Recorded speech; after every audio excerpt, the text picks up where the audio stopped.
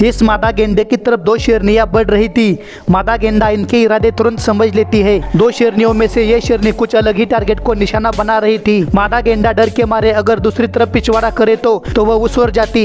मादा गेंडा उसे भगाती है लेकिन वह फिर लौट आती है और पीछे से कबड्डी कबड्डी करने लगती है। मादा गेंडा दोनों शेरनियों का प्लान तुरंत समझ लेती है और पानी पीने का बहाना कर तालाब की तरफ चल पड़ती है। शेरनियां भी पीछे पीछे चलती है। मादा गेंडा बोलती है, पानी तो पीने दो। शेरनियां वही बैठ के इंतजार करने लगती है। तभी मादा गेंडा धीरे धीरे वहाँ से कल्टी मारने लगती है। दूसरी शेरनी उसके रास्ते पर बैठी थी। मादा गेंडा सोच में पड़ती है कि कैसे निकलूं यहाँ से। अब इसके पास पानी पीने के अलावा और कोई चारा नहीं था। वह ना चाहते हुए भी पानी पीती है। पानी पीने के बाद इसमें आता है जोश। वह सीधा शेरनी की आंखों से आंखें मिलाकर आगे बढ़ती है। मादा गेंडे की आंखों में खून देख शेरनी पीछे हटती है। मादा गेंडा कभी राइट से तो कभी लेफ्ट से पीछे देखते हुए वहाँ से कल्टी मारती है। घर जाने पर वह यह मैटर अपने पति को बताती है।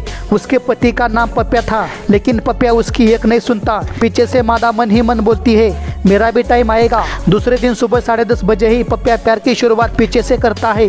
टारगेट थोड़ा ऊंचाई पर होने से उसे काफी मशक्कत करनी पड़ती है। काफी मुश्किलों के बाद वह आधा रास्ता पार करता है। पत्नी भी झुकने का नाम नहीं लेती, वह भी और टाइट खड़ी रहती है। एक तो पप्या की हाइट कम थी और उसके पत्नी में अकड़ ज्यादा थी। पप्या का प्यार आधे रास्ते पर ही मुरझा जाता है। पीछे हटने के अलावा पप्या के पास और कोई चारा नहीं था। उस दिन दोपहर तक पप्या ने बहुत सोचा कि आज उसकी पत्नी सपोर्टिव क्यों नहीं थी। फिर पप्या के दिमाग में घंटी बजती है।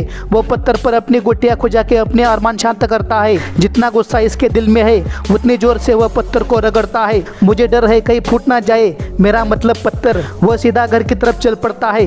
घर जाने पर पप्या अपनी पत्नी पर गुस्सा करके बोलता है, तू चुप क्यों बैठी? तेरा मुंह तो फ्री था ना, तू मुझसे बोल सकती थी ना, आज उसे नहीं छोड़ूंगा।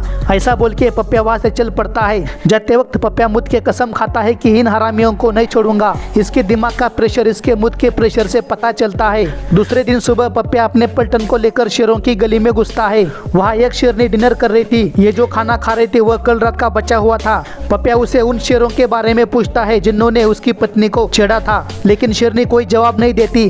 पप्या थोड़ा आगे जाकर जोर से बोलता है। शेरनी गुस्सा करके बोलती है, अरे मुझे नहीं मालूम। पप्या ठीक है बोलता है और पूरी पलटन को लेकर आगे बढ़ता है। जाते वक्त पप्या शेरनी को घूरते हुए आगे बढ़ता है। शेरनी गुस्से से उसकी तरफ देखती है।